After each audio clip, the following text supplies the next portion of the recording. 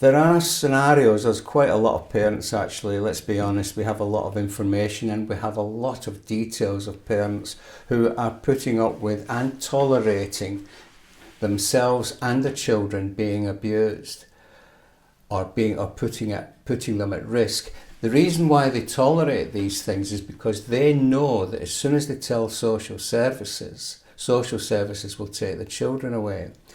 Give you a brief scenario that's just, even in the last few days we've had these, where a parent has lost a child through the court proceedings and the child is actually staying with the other family. Now the problem there might be that the other family are mistreating that child. Just to put the statutory reporting legislation into context, we have evidence of parents who've put up with being abused and mistreated, and the children being abused and mistreated, but they dare not tell social services because they know that social services will take the children away and they might never see the child again. Even if they've already lost their child in a court proceedings and the child is with the other parent, if they complain about the child being mistreated at the other parent's house, they know that social services will take that child away from the other parent and neither side of the family will see the child again. We had 2 cases last year where women were dying of cancer. They did not want to tell the GP what they were actually going through. They just wanted to spend their last days on earth with the children. And if they told the GP, they told the health centre that they needed help with medication or whatever, they knew that social services would intervene and take the child away from them. The statutory reporting legislation does not protect the victims.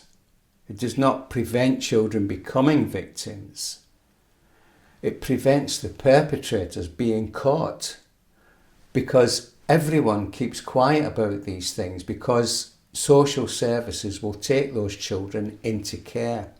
Social services in some districts, in fact most districts, let's be honest, will take the child away from a situation like that and put them into social care. Social care is literally the kiss of death for children.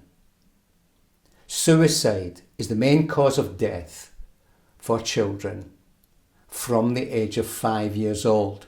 The vast majority because they are unable to have a loving, caring, protective relationship with their natural family.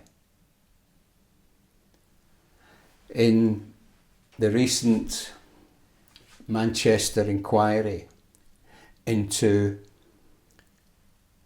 grooming gangs, 90% of the victims were known to social services. You lose contact, any child loses contact with their natural family, and the chances are they are far more likely, something like 9 or 8 times more likely, to be the victim or perpetrator of sexual abuse.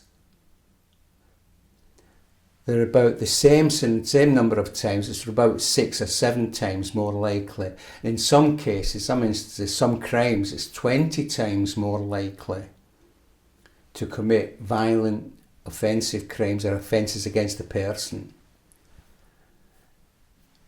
if they lose contact or if they lose a loving relationship with one or both parents.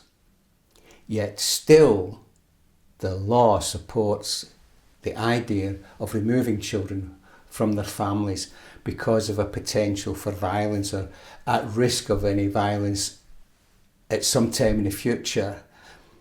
I'm from Glasgow and I've got to tell you one thing. If they're going to start taking children away with anyone with a potential for violence, they're going to have to turn Glasgow into an entire city full of orphans. It's that potential for violence that protects children. It's that potential for violence that protects women. Just to explain, in the safest areas where domestic abuse and domestic violence are extremely rare, no one, if anyone, loses contact with their natural family. The consequences of that are, well, they have to be imagined. You have to imagine it. Imagine a young guy, he meets a young woman and she has a loving, caring relationship with a very protective dad with a potential for violence. That young man, if he marries that young girl, he's going to treat that young girl with the utmost respect. That's what protects women and children. Not legislation. It's a natural protective instinct that every parent has. Other things that parents have which no one else can possibly replicate. As a parent, if you are a parent, just know this and try and remember an instance where this has happened. You know instinctively whether your child is suffering in pain or discomfort, or they're worried or they're anxious. You know when something's wrong. Quite often, I know this has happened to myself and my family. I've phoned up and my family have said, my daughters have said, you know exactly when to phone me, Dad. It's always when something's happened or something's upset me, or if we've had a row, you just know. When the phone goes, I think to myself, this is my dad phoning. No other person can replicate that, what a parent actually can do. You know instinctively when your child, your little baby, is uncomfortable. There's women who can tell by the cry of a baby whether it just needs to be winded, or whether they're just uncomfortable, whether they need to be changed, or whether they're just acting spoiled and want attention. They can tell all these things by the way the baby cries. Nobody else can do that. Let's get back to the way nature intended and keep children with their natural parents, please.